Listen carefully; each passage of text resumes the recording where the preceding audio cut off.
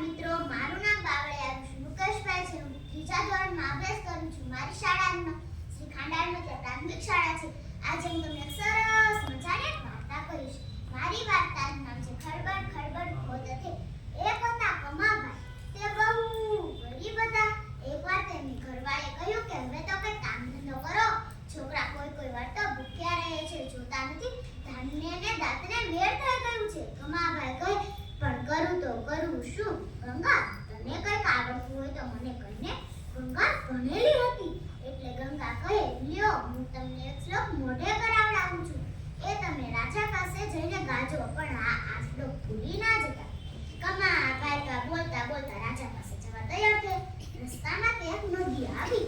ત્યાં નાહવા ધોવાનું ભાત્યું ખાવા રોકાયા. એમાં તે શ્લોક ભૂલી ગયા. ઘણી વાર મથ્યા પણ થોડુંક યાદ ના આવ્યું. એટલામાં તે એક જળકુકડી દેખાણી. તે નદીમાં ખોદ હતી. રાજા કમાભાઈને ખોદતી દેખાણી. કમાભાઈના મનમાં કડી સૂજી. ખડબડે ખડબડે ખોદ હે. કમાભાઈનો અવાજ સાંભળી કુકડી તો ઊંચી ચારે કોર નજર કરી. આ જોઈ કમાભાઈના મનમાં કડી સૂજી. લાંબી ટોકે જોવત હે એમ બોલ્યા. કમાભાઈ વળી પાછા એકવાર બોલ્યા એટલે કુકડી તો ડરી ગઈ.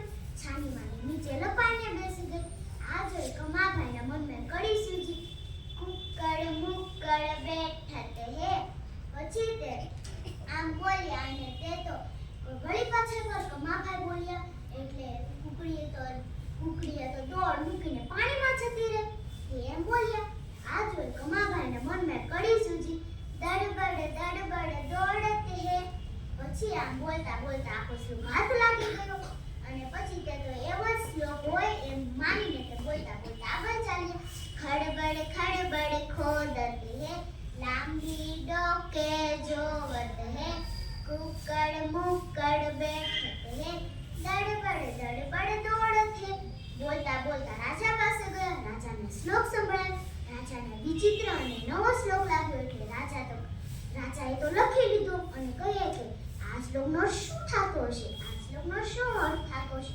વિચારતા વિચારતા રાત પડી. રાજાને સૂવાનો સમય થયો.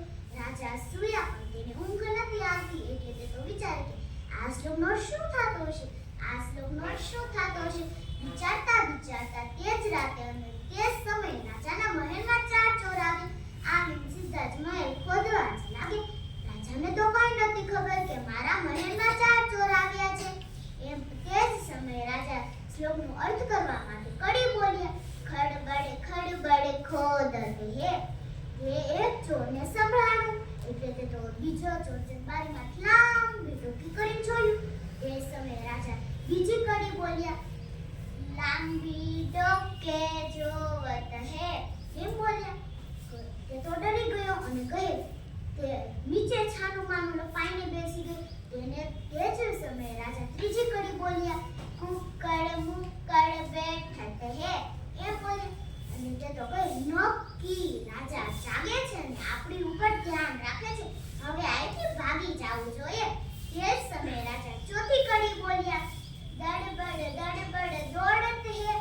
બોલતા બોલતા પછી બોલ્યા. તે તો ભાગી ગયા પોતપોતાના ઘરે અને કહે આ કોઈ બીજું નતું તેમના દરવાન જ હતા. સવારે બધા જ રાજાને સલામ કરવા પણ ચાર દરવાન આવ્યા એટલે રાજા કહ્યા ચાર દરવાન ક્યાં ગયા? ઘરે કોઈ બીમાર જેવું તો નથી થઈ ગયું ને? એટલે તે તો ગયો અને કહે કે નક્કી રાજાને ખબર પડી ગઈ છે કે આપણે તેમના ઓલી રાત્રે મહેલમાં ચોરી કરવા આવ્યા હતા. હવે એટલે પછી તે તો રાજા પાસે ગયા. રાજાને સલામ કરીને ત્યાં જ ઊભા રહી ગયા અને કહ્યું રાજા અમને માફ કરી દો, અમે તમારા ઓલી રાત્રે મહેલમાં ચોરી કરવા આવ્યા હતા. એટલે પછી કમાભાઈ રાજા કહે કમાભાઈના શ્લોકના લીધેથી આ ચોરી આજે બચી છે. પછી તેને કમાભાઈને તેડાવ્યા અને ઘણું મોટું ઇનામ આપ્યું. શ્લોકની લપમાં નો પણ ઘર ભેગા થયા. બધી જ વાત ગંગાને કહી.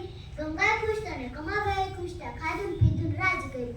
બાળકો, હું તમને એક વાત કહું. આ વાર્તા બીજું ભાઈ બધે કયા લખેલી હતી? બાળકો તેમ મુછાળ માં તરીકે ઓળખે છે.